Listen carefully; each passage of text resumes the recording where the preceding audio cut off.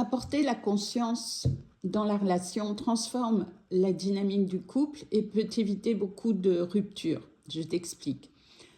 On passe ainsi du pilotage automatique à la rencontre réelle entre deux personnes, ce qui existe rarement de prime abord parce que personne ne nous l'a appris. La plupart des couples ne se séparent pas forcément par manque d'amour, plus par manque de conscience à cause de l'ignorance des interactions comportementales dans un couple. Quand il n'y a pas cette connaissance des jeux de rôle inconscients, on fonctionne en automatique et on fonctionne aussi en mode binaire, c'est-à-dire l'un a raison et l'autre a tort. L'un souffre et l'autre se protège dans le silence, la fuite ou les cris. En fait, chacun réagit depuis ses blessures, ses peurs, ses habitudes, qui la plupart du temps sont complètement inconscientes parce qu'on n'a pas été éduqué. Donc, ce qu'on ne sait pas, on ne peut pas s'en servir, c'est sûr. De fait, dans un désaccord, on croit répondre à l'autre, alors qu'en réalité, on est en réaction. On répond à notre passé. Tout ce qui a été tu, enfant, remonte. Et si l'on est ignorant de ce phénomène, la souffrance est d'autant plus grande que l'on croit sincèrement que l'autre est responsable et donc qu'on est victime de l'autre. Et la conscience, c'est ce moment où tu acceptes de déposer le jugement, surtout sur l'autre, puis sur toi aussi, et tu acceptes de te regarder agir, simplement en faisant un constat. Et à ce moment-là, tu peux réaliser, ah, ce n'est pas lui qui me fait mal, j'ai déjà connu ça, je me souviens, effectivement.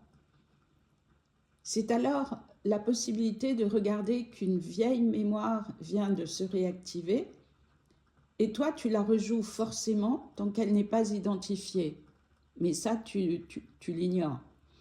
Et rien que regarder ce principe, ce processus sans jugement, ça peut changer beaucoup de choses par rapport à ce que tu vas ressentir, parce que tu vas passer de l'état de victime de l'autre à acteur dans la situation.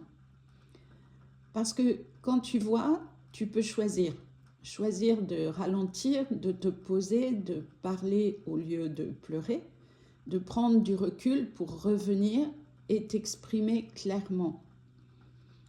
Tu le sais ou pas d'ailleurs, c'est toujours l'enfant en toi qui pleure les manques d'amour, d'attention qu'elle a vécu en silence, toute seule, sans personne à qui en parler. Alors le chemin peut être long pour revenir à soi, que l'on soit un petit garçon ou une petite fille. Donc quand tu te poses, tu peux choisir de dire ce qui se passe vraiment à l'intérieur de toi. Et tu peux aussi choisir d'aimer autrement en commençant par toi. Parce que l'autre, dans un premier temps, il n'en est pas forcément capable. Lui aussi ou elle aussi a sa propre histoire. La conscience, ce n'est pas un concept spirituel, c'est un espace intérieur qui te permet de te rencontrer et rencontrer l'autre. Mais sans les filtres, sans les projections, sans les scénarios, et pareil pour l'autre. Il ne faut pas oublier qu'un couple, c'est 4 personnes. C'est toi, l'autre, et les bagages inconscients de chacun. Donc au final, ça fait beaucoup de monde dans la relation et dans chaque situation de désaccord, forcément. Alors se poser en conscience permet à la relation de devenir déjà beaucoup plus intéressante parce qu'elle va devenir vivante. Pas parfaite, mais vivante. Quand 2 personnes adultes se voient, se parlent, se choisissent et choisissent d'avancer ensemble pour grandir ensemble, c'est magique. Pas toujours facile, mais magique. Parce que c'est à ce moment-là une véritable intimité qui se crée. c'est-à-dire une intimité relationnelle qui devient le fondement du couple.